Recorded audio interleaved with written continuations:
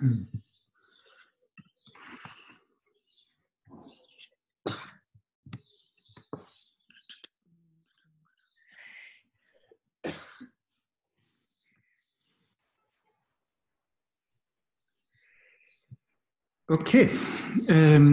I hope you can hear me. Welcome everyone. It's a little bit new for me here with Zoom, so I hope it all works out. Please, if you're not planning to talk, then please mute yourself, otherwise we might get strange noises in the background. Okay, yeah, I really hope everything works well. I've only participated in Zoom meetings so far, but not being the organizer. Okay, can somebody write in the chat if you can hear me and see me, if that works?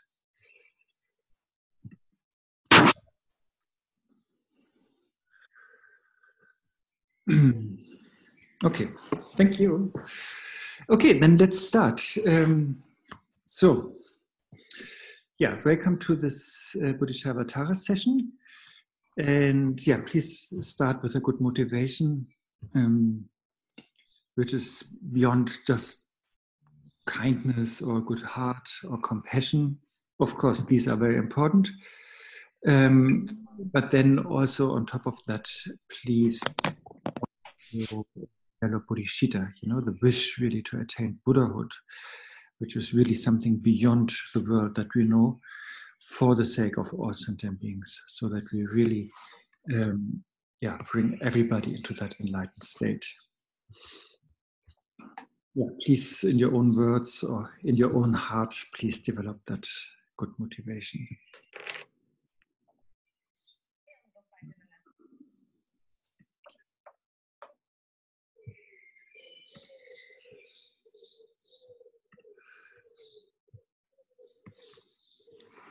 Okay, so I muted all of you, but in case you have a question in between, just raise your hand, and then I will unmute you.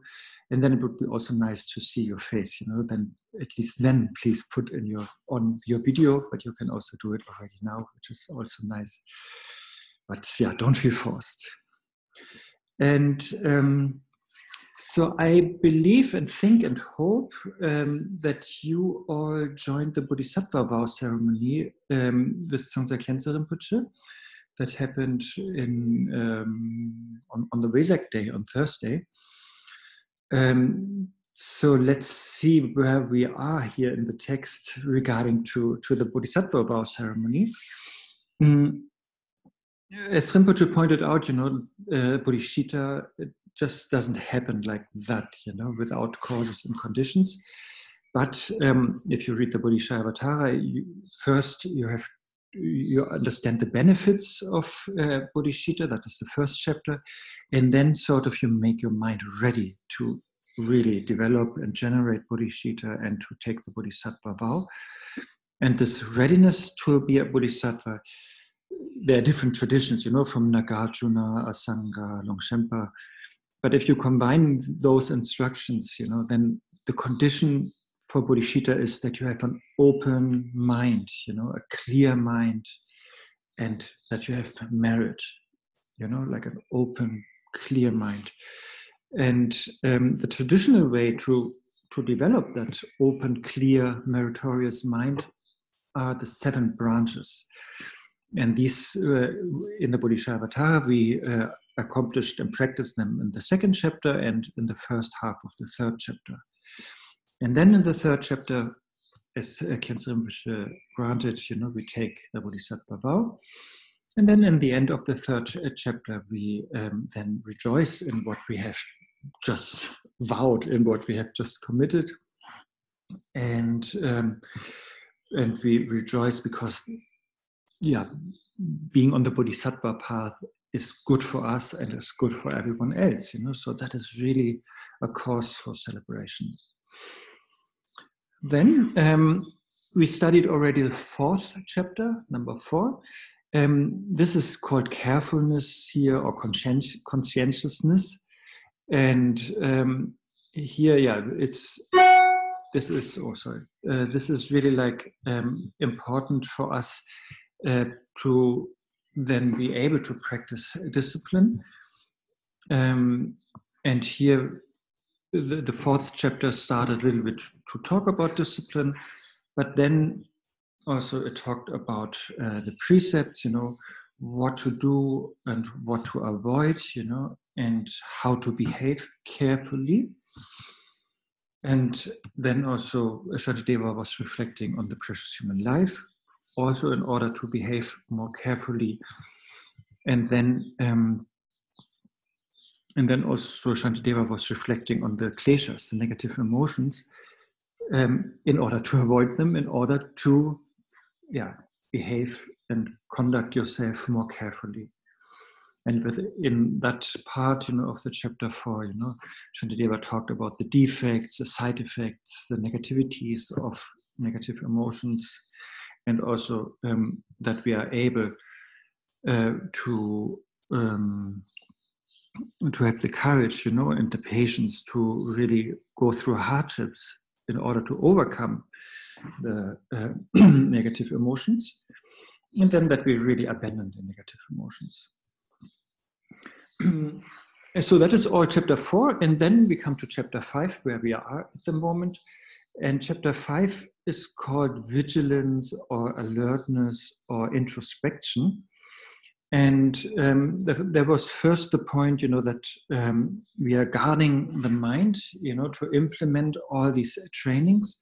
And this has been covered in the first 22 verses of this chapter. And we are now in the second point of chapter 5, where we are talking about using mindfulness and alertness to really protect our mind. And there we are in verse 26, I think, where we try to understand that there are like side effects or disadvantages if we don't have that alertness or introspection. So this is where we are at. And now the thing is, it is these terms, they're a little bit normally in oral commentaries, by the teachers.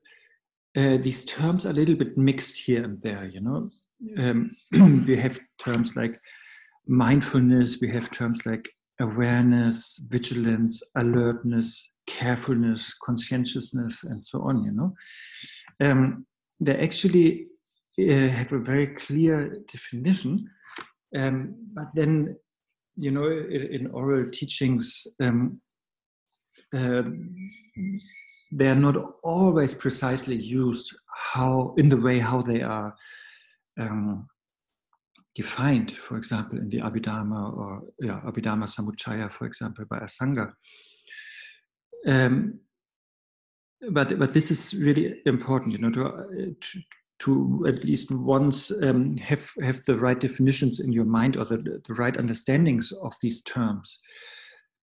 So, and then I will go into the text. So the idea is, the whole idea what we are talking about here in chapter 4 and 5 is we want to have the right ethical behavior, the right discipline. That is the second parameter. That is our goal here, that we want to achieve, that we are behaving properly in a way that is beneficial for others, that is leading others to the truth, and that is also beneficial for us and also leading ourselves to the truth, and that we abandon everything that is an obscuration.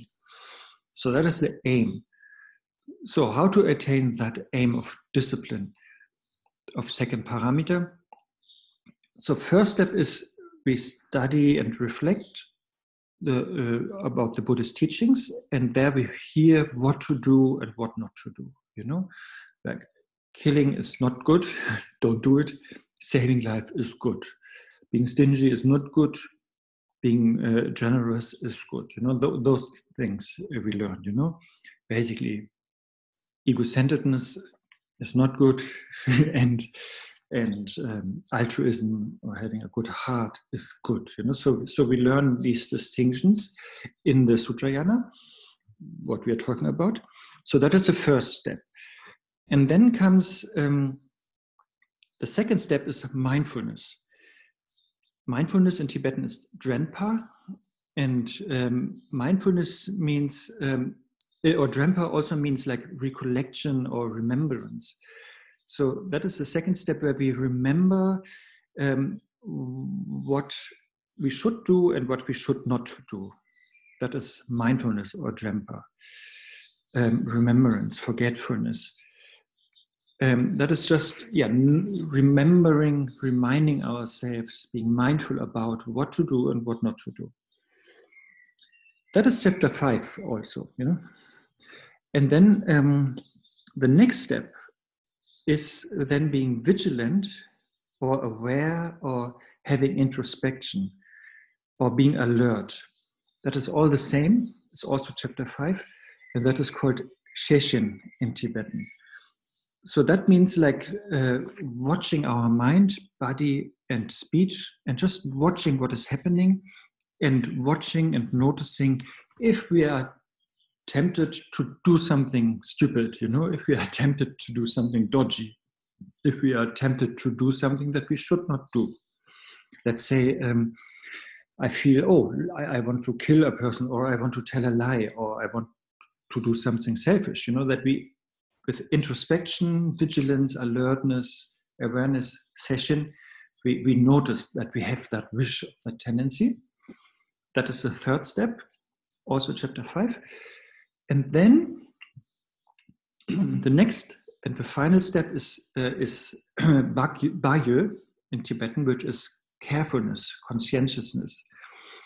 That means that we then remind ourselves, killing, or what examples did I give? Lying or being egoistic has disadvantages, Therefore, I will not do it, even though I'm tempted to do it.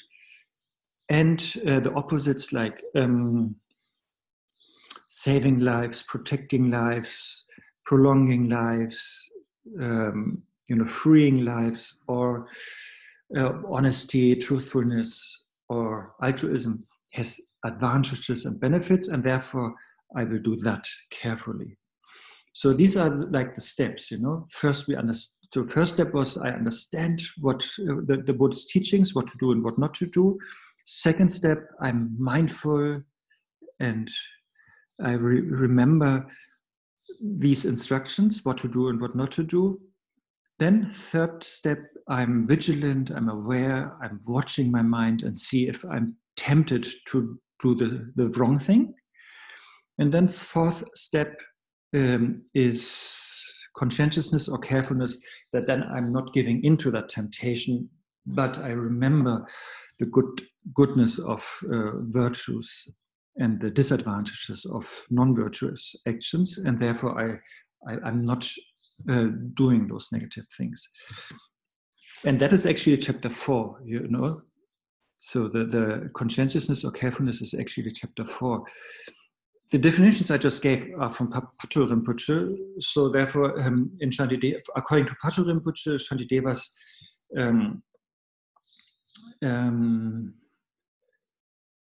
explanation on how to develop discipline is a little bit starting from the top and then going down. Because now, when we talk about now in 5th chapter about mindfulness and introspection, then that is really the base. And then comes carefulness or conscientiousness, and then comes discipline. Okay, sorry, that was a little bit lengthy. Let's go into the verses now. And as I said, raise your hand here on Zoom. Or maybe I give you the verses in a PDF here. I can put that in the group chat. The verses for today and a little bit more. Does it work? Yes. So it's loading. Yeah. So here I just copy pasted some of the verses from Stephen Batchelor's translation, because I think for me as a non-native speaker, then this is like the most easiest to understand. And yeah, I'm not sharing my screen here. I know I could do it, but I heard then that eats a lot of internet, basically. So then it will be, the connection will be worse. So therefore, I keep it like that.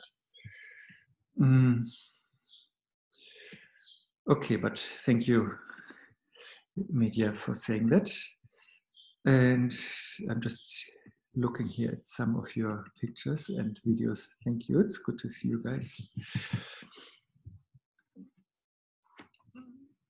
Okay, then. So last time we ended actually with verse 25, but just to go back to 24 and 25 again, so here now we talk about what are the disadvantages of not having introspection. What are the disadvantages of not being vigilant?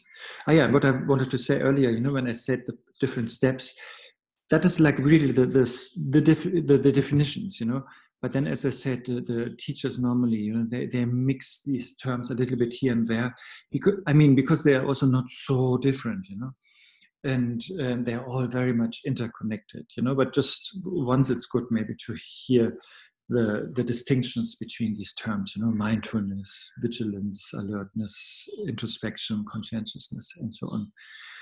So here, verse 24, we started to talk about the drawbacks of not having that vigilance, not having that alertness.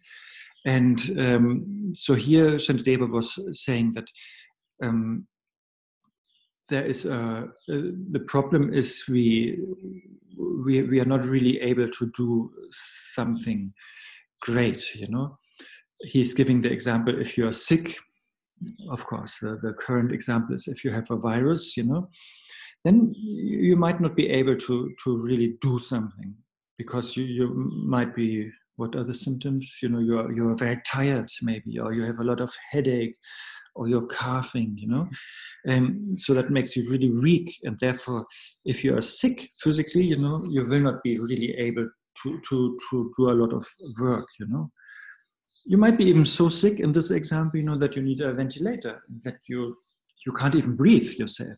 That shows, how weakening an illness can be. And that is the example here that Shantideva is using. Likewise, in verse 24, if our minds are confused, then also, we get very clouded. I think it's called brain fog also, So we get very foggy in our mind and unclear about what to do and what not to do. And if we don't really know what to do and what to avoid, then, out of long-term habits, we might do the wrong things, and create suffering for others and ourselves. And so therefore that can happen then. So that is here Shantideva's example. If our mind is confused, if our mind has the virus, sort of, then our mental power is weaker, and we are not clear what to do and what to avoid, and therefore we might do negative actions which bring a lot of suffering to ourselves and others. And in verse 25, then Shantideva is pointing out that if we don't have introspection or alertness, then we are also not really able to develop wisdom, because we are not a good container. You might know that from Patrul Rinpoche's book, for example, about the 3 defects of a vessel. So if we don't have introspection, then Patrul Rinpoche's or Shantideva's example here is, it's just our mind is like a leaking vase. Whatever you put in, it's going out. Here in the Tibetan, in this verse, it's called Drempa, which is this mindfulness. So actually, to be precise, here in that verse 25, we are not talking about a lack of introspection or alertness, but a lack of mindfulness or remembrance. But yeah, the commentators usually put that into lack of introspection. But in the first, but in the second line there, as Stephen Batchelor is translating there, it talks about lack of alertness. I will not go into that again, just to show, what words are used. And of course, as I said, they are very interconnected.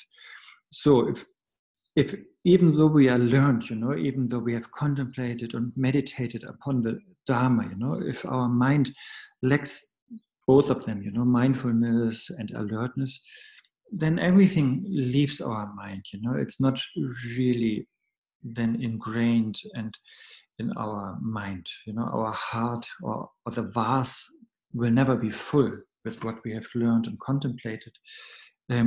It will always leave us again, it's like a pot with a hole, it's a vase with a leakage. So therefore Shantideva is saying wisdom is not really possible. Okay, and then we come to verse 26. That is now the first new verse. There's a question.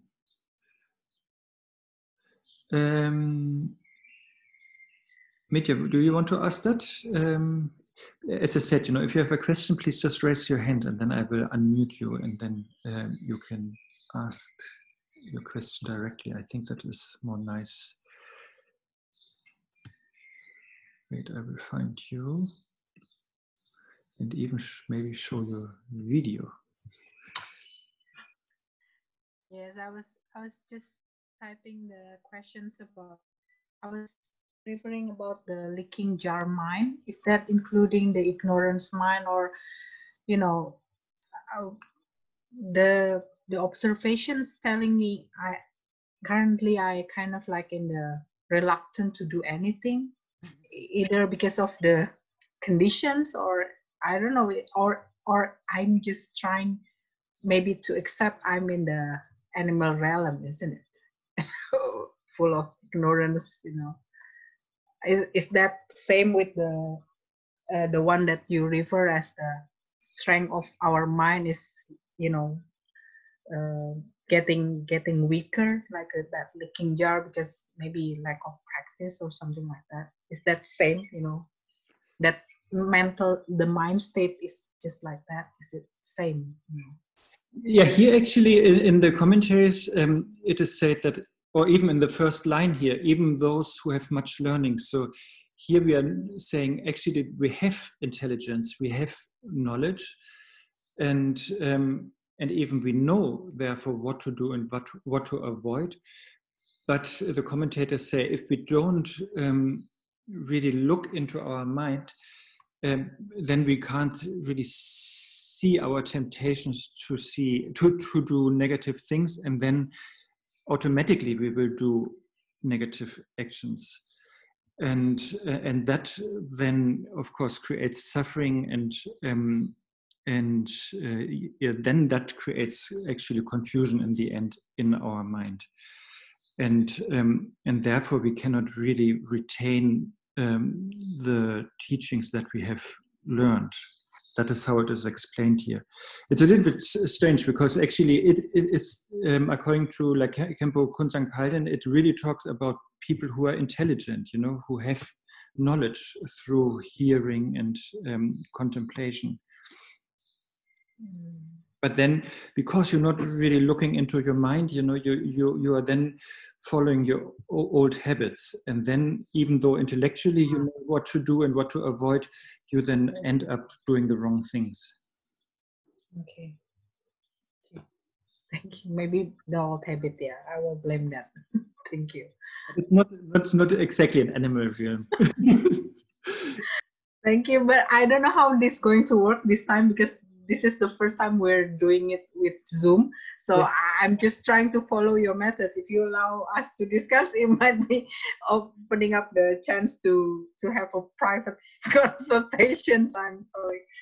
Let's move on to the next chapter, I think. Okay. Thank you. It's nice to have discussion. I think it's nicer as long as it's on the verses, you know. It's if it's book, not... because it's the text in the book. I was trying to connect with the text that you have in the book, because I know that my condition of mind is like that. That's why I know that my mind is in the state of not wanting to do anything, as if like the animal realm experience, as previously you were saying. So that's why I'm trying to associate, is that because of my training is not proper, that's why my mental strength is maybe just like this analogy of leaking jar. That's what I'm trying to confirm. But maybe, okay, thank you. I think you point out the good spot there. I think I forget about the habit. I'll blame it in the habit. Habit is always a culprit, yes. Yeah, it's the habit. Thank you. We're basically good, but our habits are misleading. Okay, then the next one.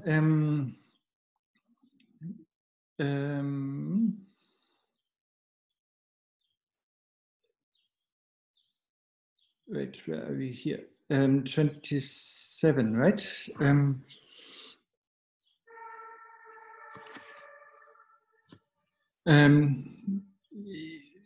Which, yeah. Okay, then 27. Here we talk about the thieves. You know, yeah, you all have the root verse.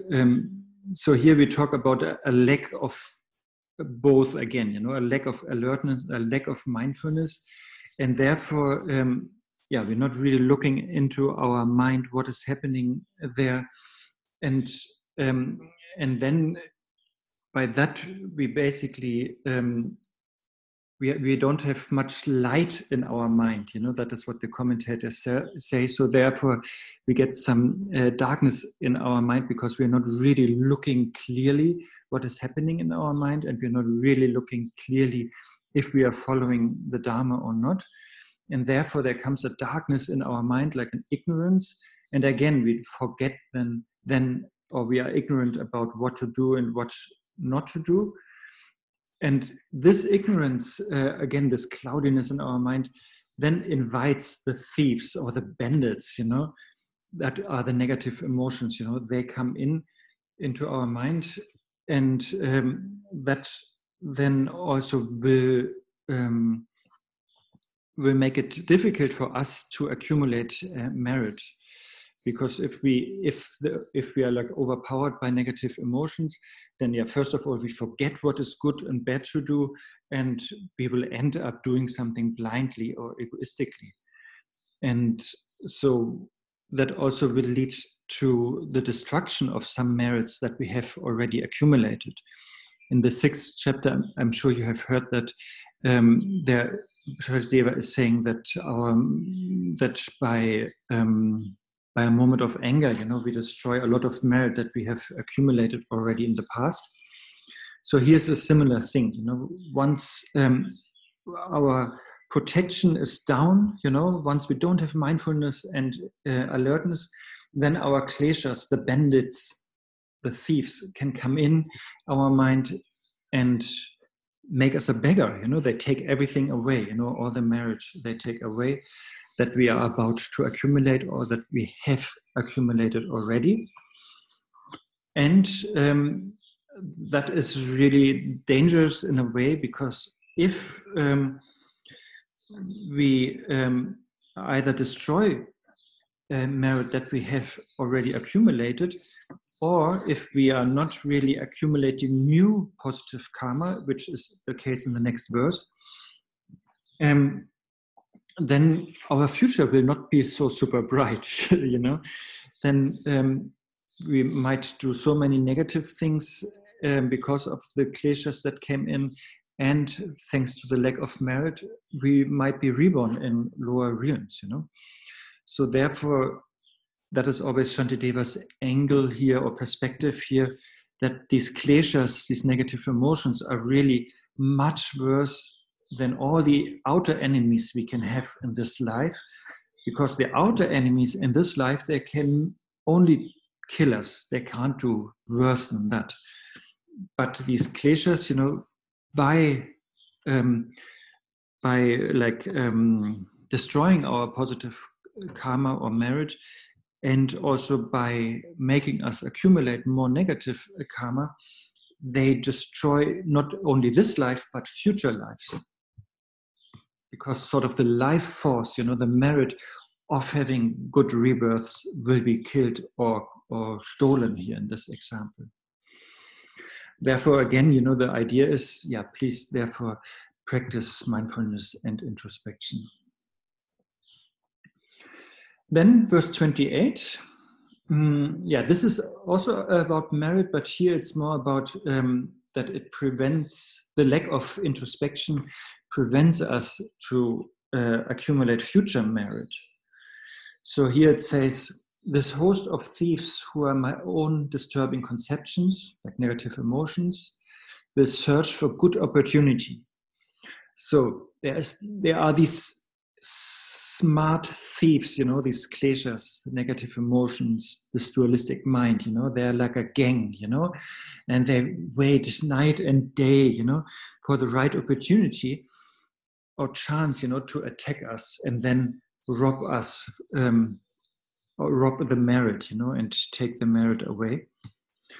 And when these kleshas, when these robbers find this opportunity to do so, then they will steal all my virtue. And they can only do it if our mind is not mindful, if our mind is not alert. These are really our best protections. But if we lose this mindfulness or alertness, then kleshas come in immediately. And then, as I said earlier already, then they will destroy our merit and they will prevent us from creating good new merit. And therefore, as it's said here in the last line of verse 28, then also a happy future life will be destroyed, because for that we need good merit. And that is, as I said, that is sort of stolen by these negative emotions. Okay, then now here in chapter 5, now we come to instructions how we then practice mindfulness or alertness. This is here now taught in verse 29 and 33. And so here they're like, 29, 30, these 5 verses, they have like 5 points, that can help us to really have that mindfulness and vigilance. And first in verse 29, Shantideva is saying, okay, now you have understood, that there are these side effects or disadvantages if you don't have mindfulness or vigilance, that your actions are not weak, you are like a sick person, or your discipline is not good, or you're overpowered by habits, and merit will not be accumulated, or merit might even get destroyed. So therefore, let's not be mindless, let's not have a lack of alertness, but let's generate these qualities. And so here in verse 29, Shantideva is saying, therefore I shall never let mindfulness, drenpa in Tibetan here, depart from the doorway of my mind. I think here, according to Dzongsar Khyentse Rinpoche's commentary, and it makes total sense, the Shantideva is still using basically the example of the robbers or the thieves, So we have to put mindfulness at the door, what is called like a bouncer, right? Like a door or gatekeeper. Always, and firmly, we have to put mindfulness there, at the door of our house, and the house is our mind here, so that we protect our mind or our house, that you know, these 5 unwanted guests or thieves or robbers come in, you know, these 5 negative emotions. So, because if they would come into our house, into our mind, as I said, you know, they will steal all these good things that we have, you know, all this merit we have accumulated, all the treasure we have in our house. And so therefore we need to put the gatekeeper, you know, the mindfulness or the alertness in front of the gate, you know. I think also it makes sense to apply that to really the gates. Normally we say are our senses, you know, sense organs or sense consciousnesses, that especially there, you know, that is where we are usually distracted by, you know, so therefore it's good to really have that alertness or this edge or this mindfulness there, you know, to not get distracted and by the 5 sense objects, you know, that would only produce negative emotions, you know, the thieves that then come into our mind.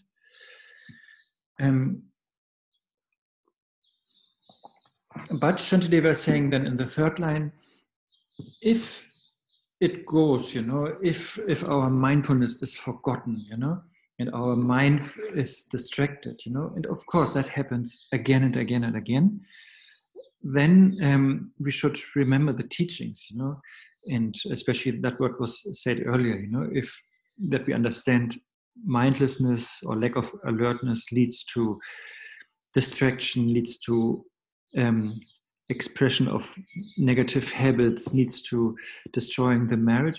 So we remember that and we understand that these will all have suffering as a consequence, even like the suffering in lower realms, as it says here. So by remembering that, that is actually called mindfulness, yes, but it's also called conscientiousness. And then we reestablish our mindfulness or our introspection, you know. So then we don't give in to our habits. Basically, we are not just doing what we feel like, you know, but we try to then remember what Buddha has said or our teachers have said, and then we try to act accordingly. That is, I think, this verse here. And as I said, you know, as beginners, we are always distracted. Not always, but maybe 99%. That just happens, you know. Our mind is running always after some things and running away from other things. So that is just our habit, you know. So therefore, we lose mindfulness again and again, you know, we lose alertness again and again. Therefore, we should try to again and again remember to practice these qualities, you know, we should try to put them again and again as the doorkeeper in front of the house. And then, yeah, usually the teachers say, if you notice that you have been distracted, you know, that you have been again being entangled in habits, then that is a good thing, you know, that you notice that now, that is a wonderful thing. So that is when you are back in meditation or when you are back to clarity and when you are conscious again. So therefore, that is the moment to celebrate, you know, that is how we should see it. We should not feel guilty, you know, that, okay, again, I have been distracted, you know, again, I have been mindless. Don't feel like that. They all say, Rinpoche also said that, you know, but celebrate, you know, that, oh, now I have this awareness again, you know, the awareness or mindfulness or clarity, you know, that, oh, I have been distracted. That clarity, Rinpoche said, is worth more than 1,000 kilo of gold, you know. So that is, I think, also what Shantideva is asking us here, you know.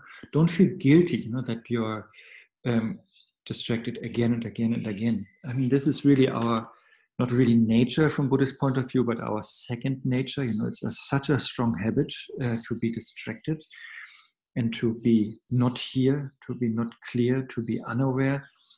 So therefore, that is, as I said, it's like our second nature. It's our character. So of course, it's not right. Sort of in a way, it's not really helpful. But we can't deny it. It is like that at the moment. And so let's try not to give into that habits and really celebrate whenever we are noticing that we have been distracted. Because that noticing means actually our clarity is back, our awareness is back. And from meditative point of view, and also from the higher jhana point of view, that is the main thing, to have the awareness back. It doesn't matter so much what is happening in our minds.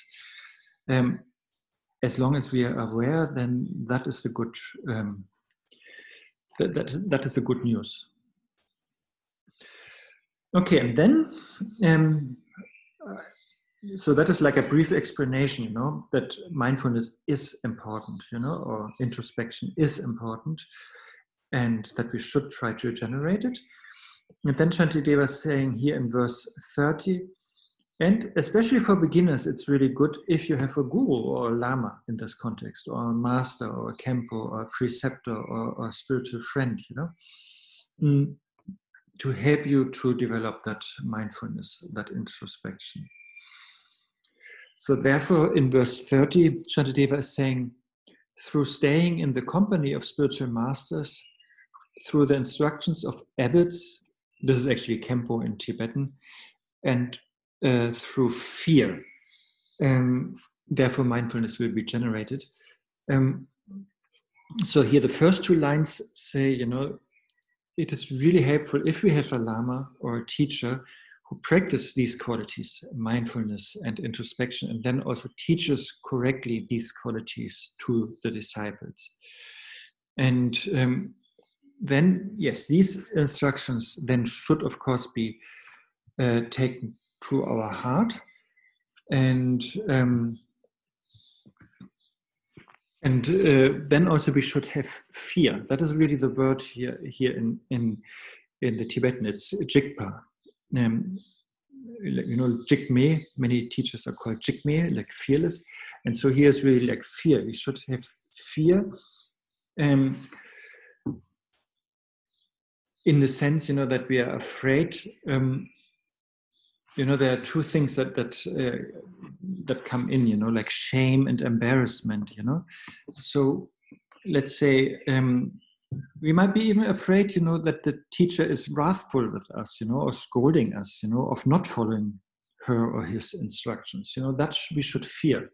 And there are some teachers who are more strict, and you really, yes, you are always on your toes. Is it like that? You're always afraid that she or he will scold you, So I think because you are in awe also to your teacher, So you're afraid of your teacher, maybe even because, again, you don't follow his or her instructions. Or you're also afraid because you know that your wrongdoing has consequences that make you suffer by themselves. So that is meant here by fear. And as I said earlier, there are like two important terms, again from the Abhidhamma Samuccaya by Arya Asanga. It's shame and embarrassment. And that is important to differentiate, and both. I don't know actually in English so much. In German, it doesn't sound so positive to be ashamed or to be embarrassed. But in the Tibetan context, I mean, in Buddhism, these are good qualities. So embarrassment is what we want to have here. That is related to that fear in this context, that we are embarrassed in front of others, and therefore we stop our misconduct because we know that others, in this case the Buddhas, the Lamas, the Sangha, the teachers, are not approving our misconduct. So we use embarrassment, that we feel embarrassed in front of the teacher, let's say, in front of the Sangha, by that helps us then to stop doing dodgy things, It stops us doing the wrong things, So you're basically encouraged, by knowing they will disprove my bad actions. So you are encouraged to therefore not do these bad actions. That is embarrassment. So it's a good thing, because you are afraid that others will disapprove, and therefore you stop doing bad things. So that is the one thing that is meant here. But then the other thing is shame. This is more that you know that you actually disapprove your action, It's your own disapproval, that makes you stop the negative action. So, and that shame here from Buddhist point of view, that actually comes because you feel self-worth. Again, I think in German it has a different connotation, and I guess in English too. And here, where are you from? I see, for example, Jon from Holland, or some names sound very Spanish or Portuguese, and Pallavi from India. So maybe you have maybe a similar, also different connotation with shame. But shame, again, here is a positive thing. You have actually the self-worth, and a self-confidence, sort of. And then you see, no, I don't want to be like that. I don't want to do that negative thing. And therefore you stop that negativity. And that gives you also enthusiasm, to then not do the negative thing. And so you encourage yourself. But again, this is not meant here. Here we're talking about teachers out there. So we talk about others. So here we use embarrassment, But just for the sake of completeness, I wanted to talk about this shame, which is really in front of yourself. You don't want to be that asshole, basically, So that really is not feeling guilty, but just actually I know what is good to do, and therefore I feel ashamed if I'm not following that. So anyway, here I saw that you guys wrote questions, and I just want to finish that verse. So here, verse 30 is saying, so we have teachers, in Vajrayana we call them gurus or spiritual friends, Kalyana Mitra, and with in front of them, and because we are in awe to them, or we are embarrassed in front of them, we are afraid of them, maybe. All this here is we use it in a good way to then easily and quickly generate mindfulness. So, and this is then done by the fortunate people, the fortunate practitioners, those who have merit, those who understand, that it is inappropriate not to follow the teachings, and it's inappropriate not to follow the Rinpoche's advice, and therefore you then immediately and easily will generate mindfulness, and that really that is why the teacher in general is very important, because that then is that embarrassment, or that awe or that fear, you can have all the path, all along the whole path, So therefore, once you have a teacher and she or he has accepted you as a student, and you have accepted her or him as a teacher, once that is intact, that teacher is like watching you, it's like all the time, and is making sure, that on each level or step or stage of the path, you are you are doing the right thing, basically, and that you don't go astray. So that is important. And therefore also in the Vinaya teachings, like Vinaya is the teaching for monks and nuns, there's also said, the teacher is so important. Therefore, if you are fully ordained monk or nun, in the beginning, you should not should not leave, but you should stay 10 years with the teacher, to really have that training right from the start and to really be on the right track. Yeah, as I said here, the embarrassment or the fear is used in a positive way. It's because the teacher is right. So therefore it's embarrassing to not follow his or her instructions.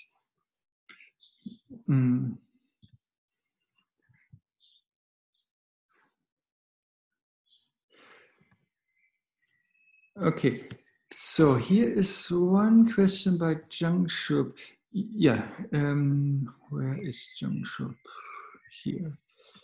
I just unmute you, and maybe you can say what you.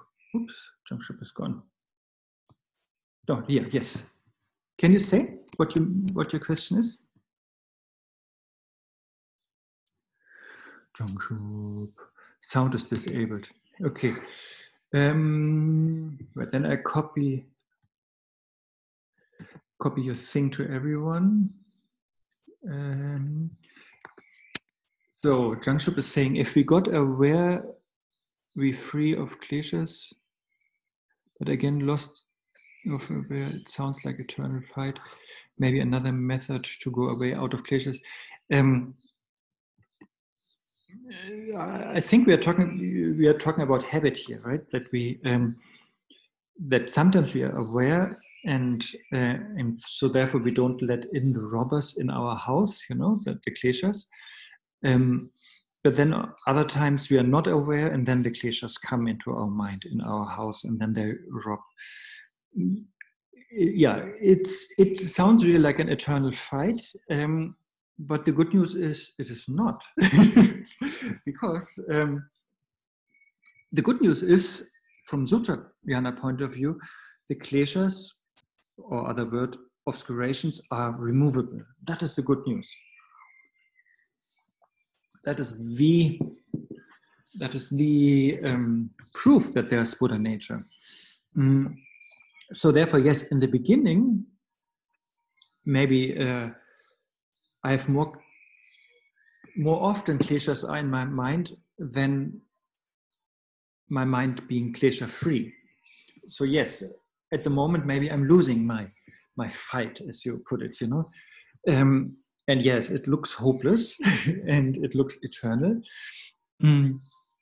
But if I'm able to, let's say I have 98% of the time kleshas are the predominant thing in my mind.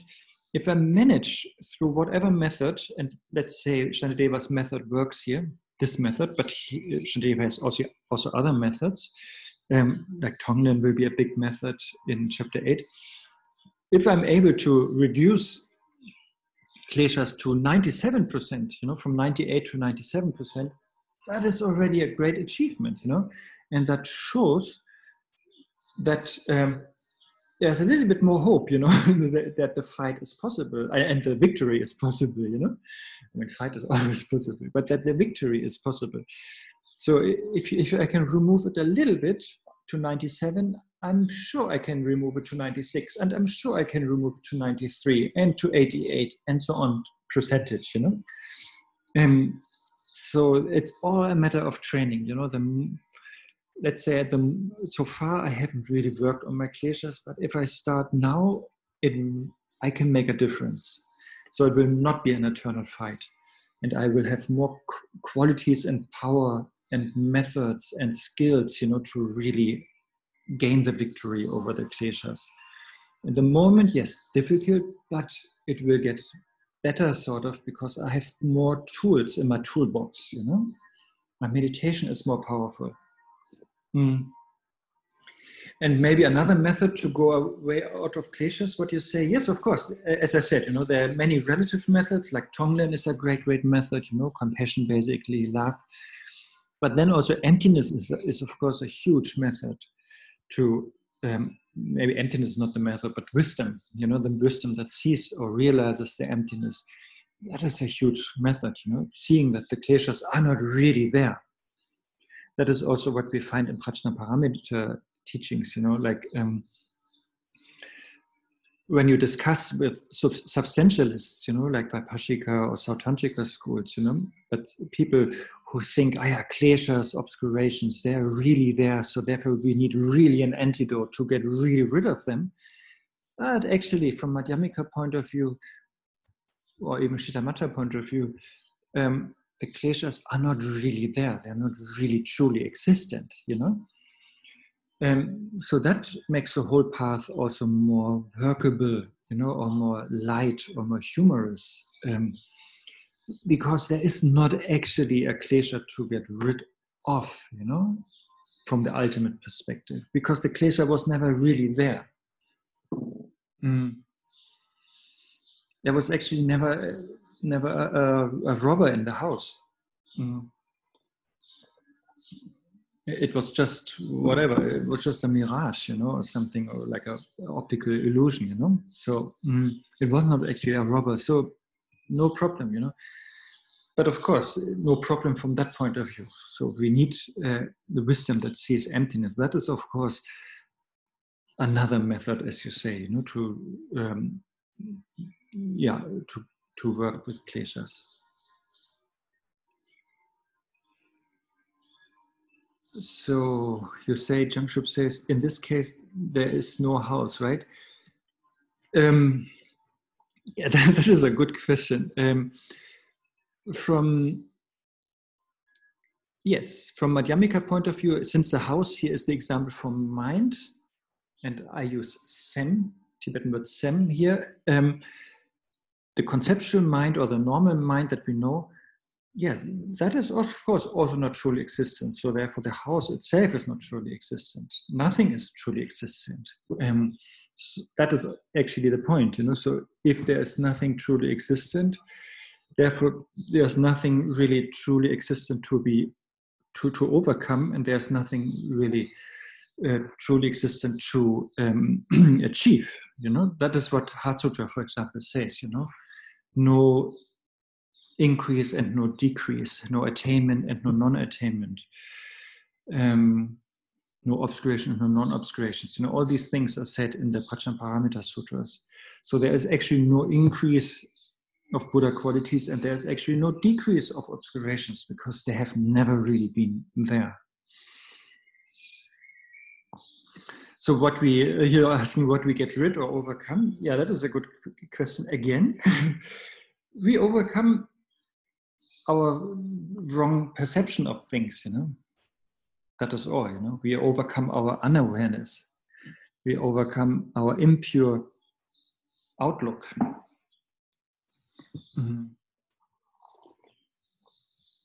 That's it. And then the so-called obscurations, the so-called kleshas will, depending on the jhana, either just dissolve, not come back, or manifest as wisdom, Okay.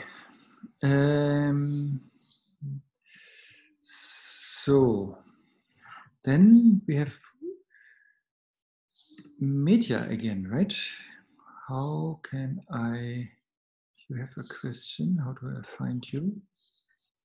I think it's okay, Arne. I think maybe this Shantideva just referring to the higher position, isn't it? It's not for the equal.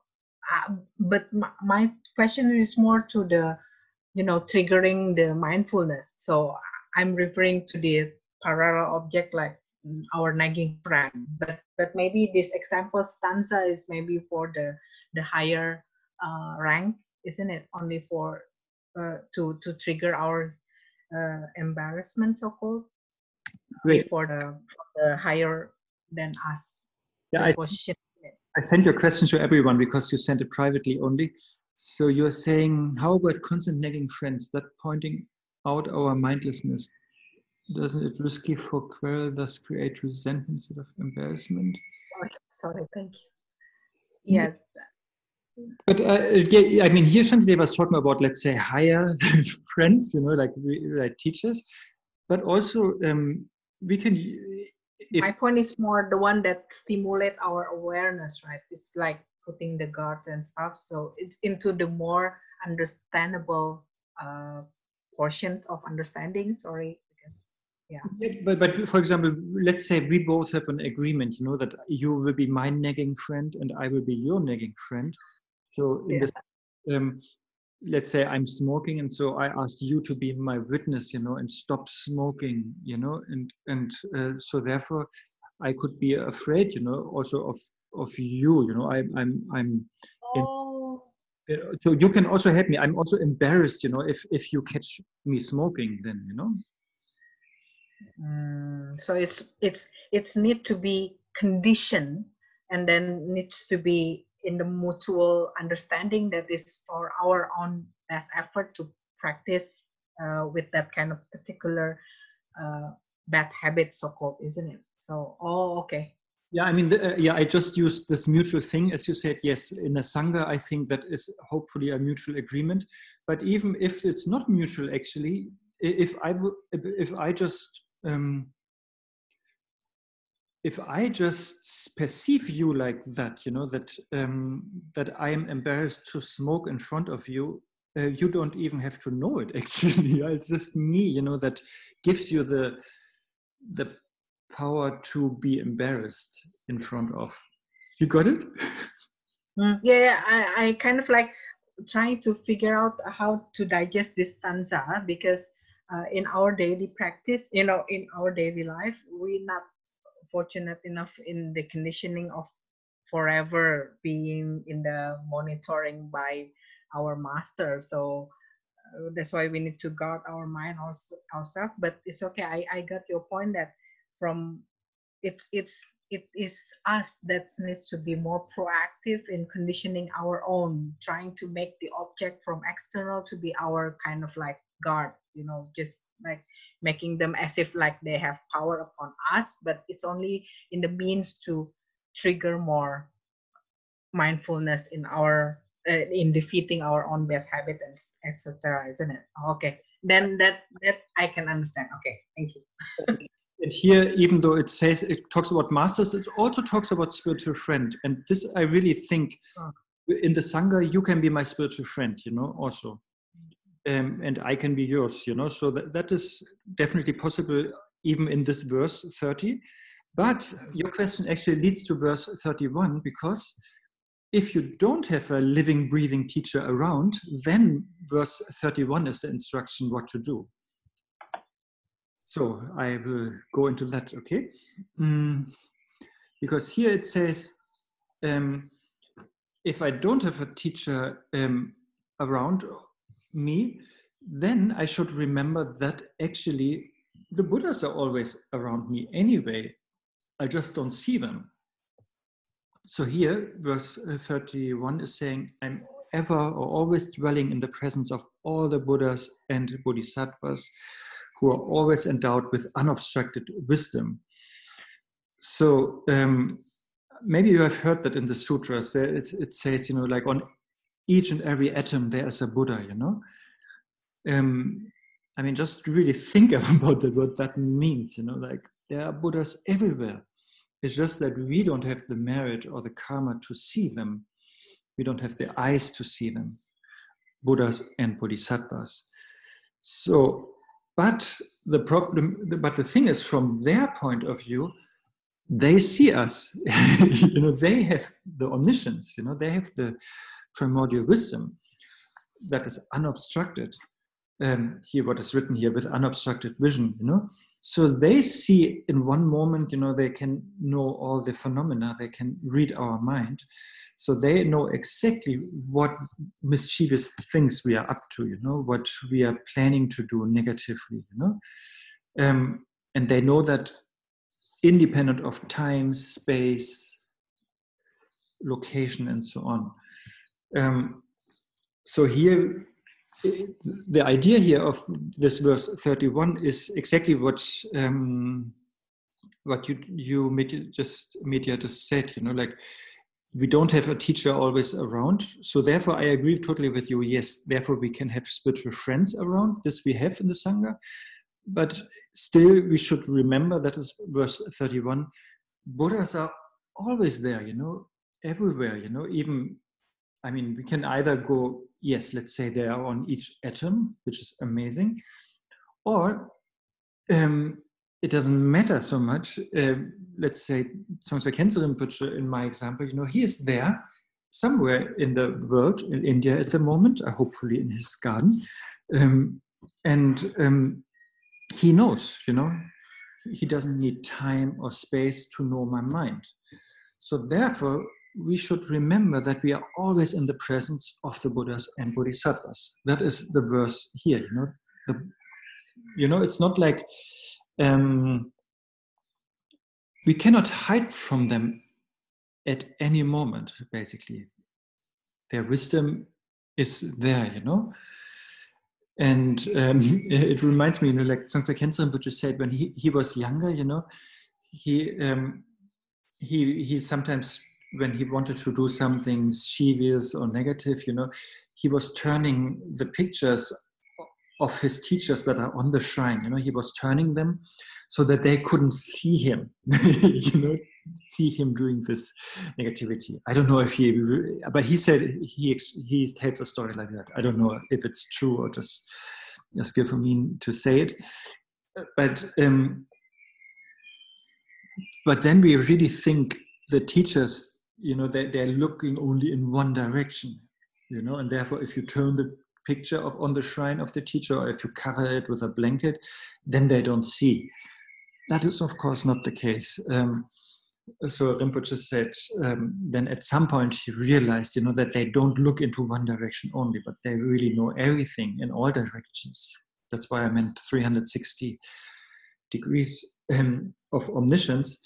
And therefore he came to the conclusion, yes, you cannot hide from them, It's also not like... they're not judging you, in the negative way, but they know, what we are doing, and that can help us, because as the verse 30 is saying, if you're in front of a teacher, you will behave better, because he or she is watching you. But here verse 31 is saying you are watched all the time, you are basically always in front of Rinpoche. You're always in front of the shrine, and therefore, if you have that in mind, then that alone should help, not to behave negatively.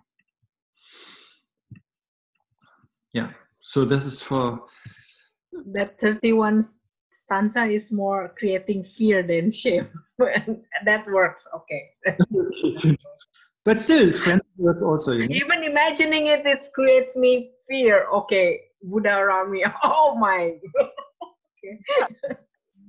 Let's say let's say Rinpoche is in India. He doesn't only know what is happening in India or only happening in India, but he knows, hopefully, we think he knows everything. So therefore, let's behave.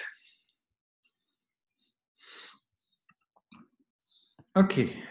And then the first two lines of 32, by thinking in this way, I shall mindfully develop a sense of shame, respect, and fear. Here, shame, remember what I said, shame is more, is defined as,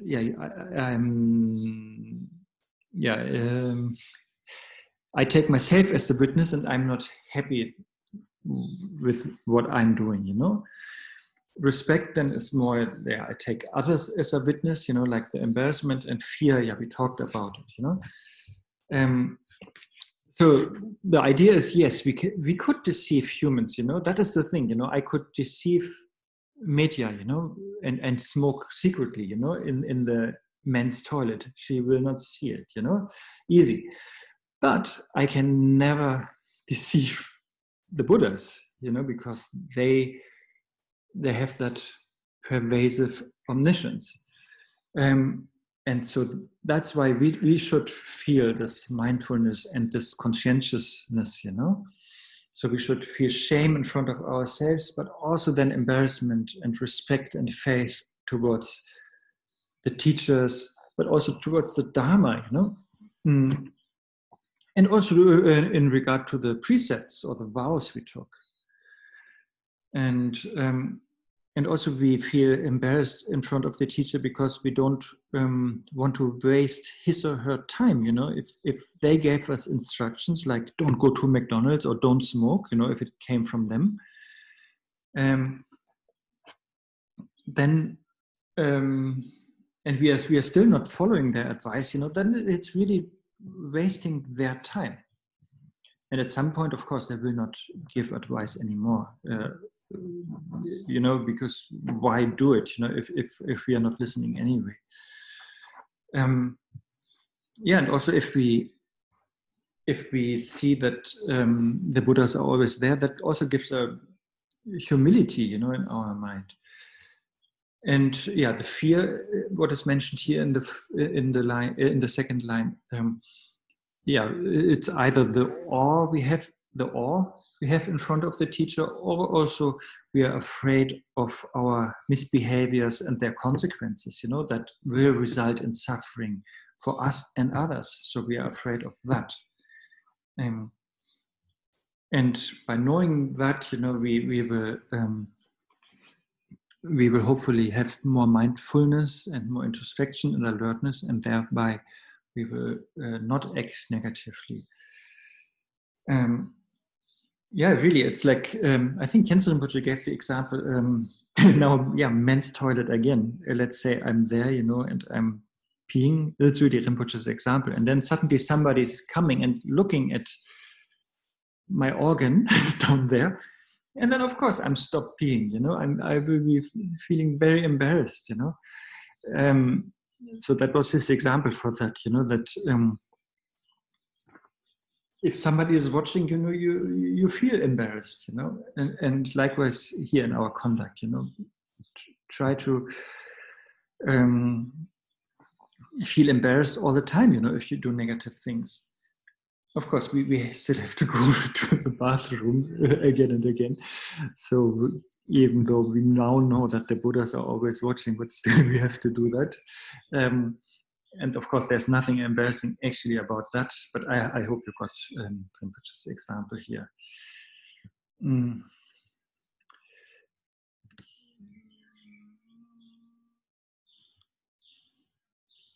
Okay, then here's Marina's question. I'm not sure if I understand it. I unmute you. I hope that is possible. And yes, Marina, where are you? Hi. I guess the question is more about if you start noticing certain negative patterns and you need to act or do something, right? But you're starting to notice it so many times and you start overanalyzing. So then you're like, okay, do I do this action or do I do that action? And at the end, you end up not doing anything because it's just compounded. Do you have advice on that? Can you speak a little bit about that level of like too many negative patterns all at once and you're just like, okay, I don't know what to do at this point. So why do you think there are so many negative patterns at once? You said because over-analyzing, or I guess maybe it's the so if I start noticing, let's say I want to have a second slice of pizza and I'm saying, okay, that's just I don't need a second slice of pizza. It's being greedy. And I know I'm going to be feeding into that negative pattern of just going for that extra slice.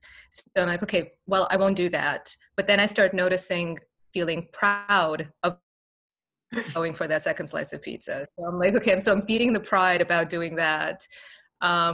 but maybe I am actually really hungry, so maybe I do need to have that second, do I do like half a slice? Maybe I go for a tomato instead, or like a vegetable. So I'll stop there, but do you know, like it could go into this like pattern of just which action do I do in that instance if I notice that it's maybe potentially associated with a negative pattern or behavior. I don't, it sounds so familiar, maybe because I'm exactly like you. Because I think partly it's good, you know, if I want to, if my desire wants a second slice of pizza, but then I resist it, and then I'm proud that I resisted, right? That's you said. Then Khyentse Rinpoche is saying that proud is a good thing, you know. I mean, you have to give some positive feedback, you know, if you resist your kleshas. But then, of course, if you then indulge in the pride, then it becomes another klesha and then another problem. But this confidence, you know, I could resist my temptation. That is not so bad. And then if you think, okay, but I'm still hungry, but maybe tomato instead of pizza, that is also not so bad because it's in harmony with the precious human life teachings, you know, that you understand you have a precious human life, and therefore you should not be ascetic, meaning eating nothing. But then, so that would be an extreme, but also you should not be the opposite. What is it? Eating a, you know, like having like 3 whole pizzas, you know, but therefore maybe, but still you need to sustain your body, and you should give your body everything that it needs to live long because it's precious, and therefore no pizza and no tomato would be an extreme, and having 3 pizzas would be the other one. But maybe the tomato then would be the middle way in that situation. So I don't think it's so bad to have these thoughts and contemplations. So it's okay to maybe spend, because I do tend to notice like it'll, like, I think Medya, you had a good point here as well. You're saying something stand like a log. So sometimes I'll just, a decision that may take me a minute may take me now like 5 minutes to make. And that's okay to kind of go through that process, or. But maybe in the next time it's faster, you know, because you might apply that same logic to ice cream tomorrow, and you might not have to go through the whole 5 minutes of the process. But maybe you end up buying something from the ice cream shop that is actually healthy because you need something to eat. So also there, you don't eat nothing, and you don't eat like 1 liter of ice cream, but maybe something healthy. But then sometimes maybe an extra slice of pizza is also nice to have, you know. It's nice also to enjoy life, you know, and then maybe an extra ice cream is also sometimes nice. So therefore, that is also tricky. So therefore, there's, I think, never a good standard answer, but you should see where you are at the moment, you know. If, for example, I'm going into a very ascetic lifestyle, then maybe ice cream is good, or the extra slice of pizza is good, you know. But if I see that I'm becoming addicted and obsessed with it, you know, and I'm very careless about my health, then the extra slice of pizza should be renounced. So I think it's always like very individual and situative, you know, what is actually the good result, you know. Or, so you should see what is your motivation, or and then try to and if you see there's something like negative going on, like being ascetic or like extreme going on, if something is going extreme, you know, being ascetic or being too running after the desires, then try to come back to the middle, you know. That's helpful, thank you. And then sometimes also maybe compassion is then in that case, it's difficult because it's about my pizza and me, and let's see who is moving first. But sometimes in a more complex situation, maybe then compassion makes it easy, you know, if other people are involved, you know. Mm. That is, then maybe the answer to. Thank you.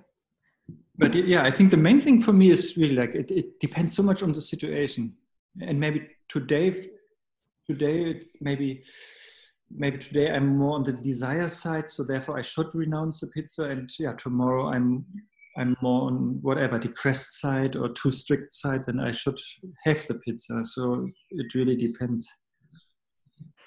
It's like, I think there's an example when like two students came to Buddha at the same time, and the one was a vegetarian and the other was not. And Buddha saw the vegetarian one was very proud and arrogant because he was vegetarian. So he told this proud vegetarian, eat meat, you know, to overcome his pride.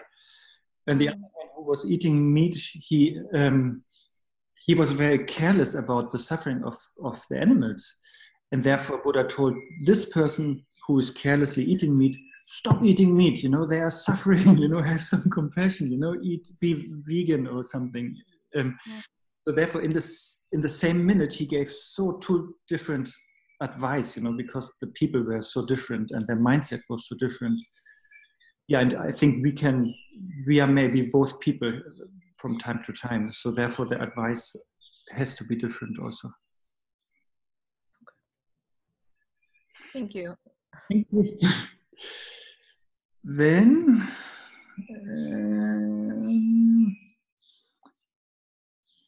I think Mitya said something here. Is that good? No, it's just commenting the Marina. I'm sorry, I'm too bavard. Sorry, cannot. I have the similarity with Marina K. So yeah, and compassion to oneself. That is of course good. And yeah, the long. You were saying that previously, you know, last session. So I think I also say that to myself, so to remind myself. Yeah. But that is what I mean. You know, if I'm going into the addiction of pizza, then it's compassionate to stop that addiction. And if I'm going to the extreme of asceticism, you know, and being too strict and too rigid, then it's compassionate to relax and have an extra pizza, you know. So that is actually compassion to ourselves, yes.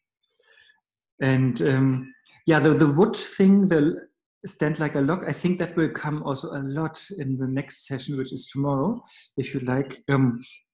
Yeah, there's really the idea that if I have the urge, you know, to say something stupid or harmful, you know, if I have the urge to do something negative with my body, then yeah, stop, you know, like put everything on standby, you know, and don't do anything, you know, but just remain as a log, you know. And yeah, what I mentioned earlier, then the pizza is in front of you, and then let's see who's doing the first move, you know. Is the pizza coming to you, or is it me going to the pizza? So, and yeah, I think if we remain mentally like stoic, like a piece of log, then yeah, I think that's it. And that will come a lot, you know. So I think, was it 27 or 21 examples, I think Shantideva will give, you know, where we should try to be like a piece of wood. 27 situations. Okay, where are we?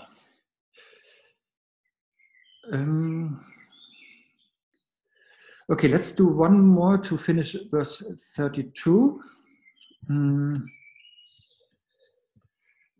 So we had the last two lines of verse 32. Here it's about still generating mindfulness. Also through doing this recollection, Drempa, you know, this is the same word as mindfulness, recollection, mindfulness, remembrance of the Buddha will repeatedly occur. That is like, you know, that comes, you know, if you are aware. I didn't. No, I'm still in 32, Mitya, because the last two lines of 32 I didn't explain yet. So recollection of the Buddha, you know, if you know that the Buddha is there, you know, all the time, or the Buddhas are there, or there are millions of Buddhas, maybe in this room here in my living room, there are more Buddhas than me. So I if they're on each atom, so so then also that helps our mindfulness. And that is the point here. It also helps us to recollect the qualities of Buddha, Dharma, Sangha, and so on. So recollection of the three jewels, that is something that happens in the sutra quite often. That you remember the qualities of Buddha, Dharma, Sangha. And Dzongsar Khyentse Rinpoche also, when he was in the very beginning, when he taught on the Nönjo, when people are not able to do prostrations out of physical impairments, then he is also suggesting just sit somewhere and recollect the qualities of Buddha, Dharma, Sangha. And this you can also count as a prostration. So that is the same, he said. That is another way of doing the prostrations in a less traditional way. So, and here, classically, in Abhisammayalamkara, so in the Prajnaparamita context, we talk about 6 recollections that we do. So we recollect or remember the qualities of the Buddha. For example, the result of the Buddhas. All these the kayas. Dharmakaya, Sambhorakaya, Nimanakaya, and the enlightened activities. But then also we remember the causes, that created the Buddhas, which is bodhicitta here in this context. And also we remember that, of course, Buddhas are empty by nature, so absolutely there's nothing to be recalled. And the same with Dharma, we also, when we reflect or recollect, remember the Dharma, then we think of the whole path, the different bhumis, the different teachings, and also then in regard to the Sangha, that we remember the qualities of the Sangha, especially if we talk about the Sangha that is irreversible, on the path of application. At some point it is clear that this person will only go up, up, up, and will not fall down and will not practice Shravakayana, but is really guaranteed on the path to Buddhahood. So we can remember and recollect those qualities of those great beings. So this would be 3 recollections, and then there are 3 others. We remember the qualities of generosity, and then we remember the qualities of discipline, and then also we remember the qualities of bodhisattvas who appear as the hidden deity. That is more like maybe in the Vajrayana we know this. Anyway, so the idea here is, because the word recollection is used here, if we remember that the Buddhas are always around, or that if we remember that the Buddhas will know, or that our teacher knows, what is happening in our mind, it doesn't matter where she is or he is, then that might inspire us to recollect the qualities of Buddha, Dharma, Sangha, generosity, discipline, and the Yidam deities. Okay, let's end here. I'm out of words for today. If you have time and nothing else to do, then we can meet tomorrow at the same time. I don't know, for me this Zoom thing works. It's a nice, different experience than this webinar thing. So let's see. Thank you so much for attending, and thank you for being interactive. And it's really nice to see now I see Jon here in his big apartment in Pallavi. So it's very nice to see you guys. And from Copenhagen even. So please, if there was something positive, please practice it, please integrate it, and please dedicate it. And and I guess there were many things that were useless that I said, then please just forget them. But yes, if there was something positive, please dedicate it to the Buddhahood of all sentient beings, because nobody wants to suffer. So, and please, be determined to end the suffering of everyone. Okay, thank you guys, and see you, for example, tomorrow. Okay, bye-bye.